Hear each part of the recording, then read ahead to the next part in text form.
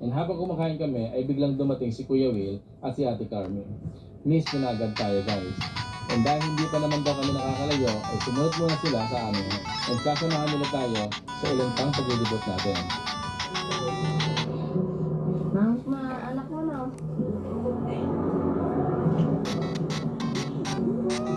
Ang bilis at padalagin ninyo. Tama ba? Okay na, ready. And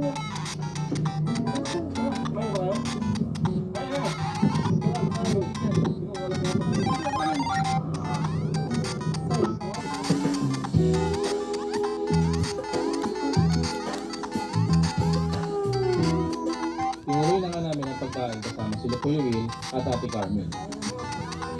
Kanya siguro talaga, mahirap talaga sa pakaramdam kapag may mga tao na kasama ka at bigla na lang kayong hindi magkakasama-sama.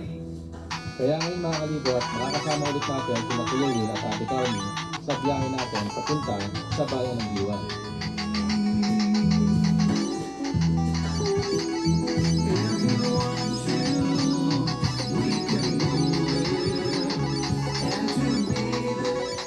And ngayong araw na, ito ang nakaschedule sa paghuhugas ng mga pinagkainan natin.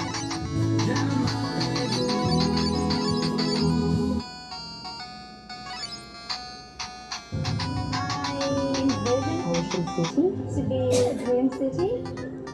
You can have all amenities within one watch. So let's start here. I have nowhere to go now.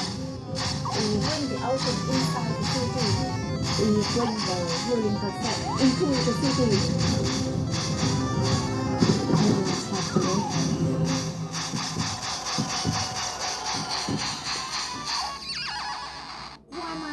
One, it's the number one digital bank app. Two, get up to 14% interest.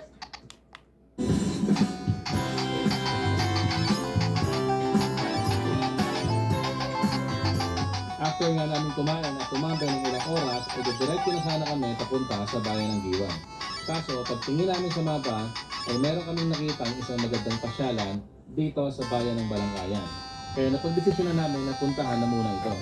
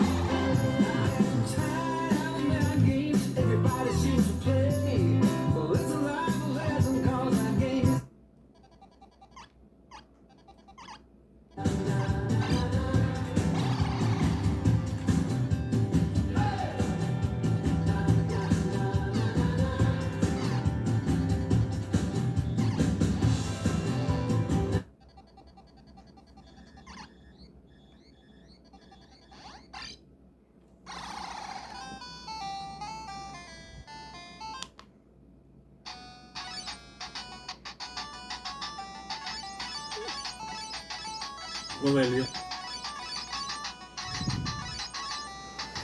Baka makita nila maganda. Kaya lang naman pinapag-subscribe ko. Para naman pasasalamat sa mga subscriber nila.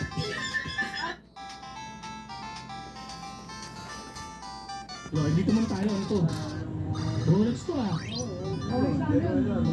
Ano yan? Pang yung nabibili sa Green Hills, 25. Yan yun. Dating 25 sa Green Hills. Green Hills. Ano kasi mama na eh. Binibenta ko lang yung tatlo. Chicken ni Daddy. Meron ako dito guys, menudo. Alam niyo ba si Penji, gusto niya na magnegosyo sa Pilipinas. Tingnan mo yung chan ko, ang hairy niya. Mas dumami yung Mas malaki yung balbas mo. Hindi, parang nung nabuntis ako. Kita niyo yung biran ko, nagluluto din siya ng pagkain. Hindi lang babae nagluluto din. Ang galing talaga ng pamilya mo. Siyempre, kailangan na health. Tinatanong nila ako guys, kung ano bang plano ko daw.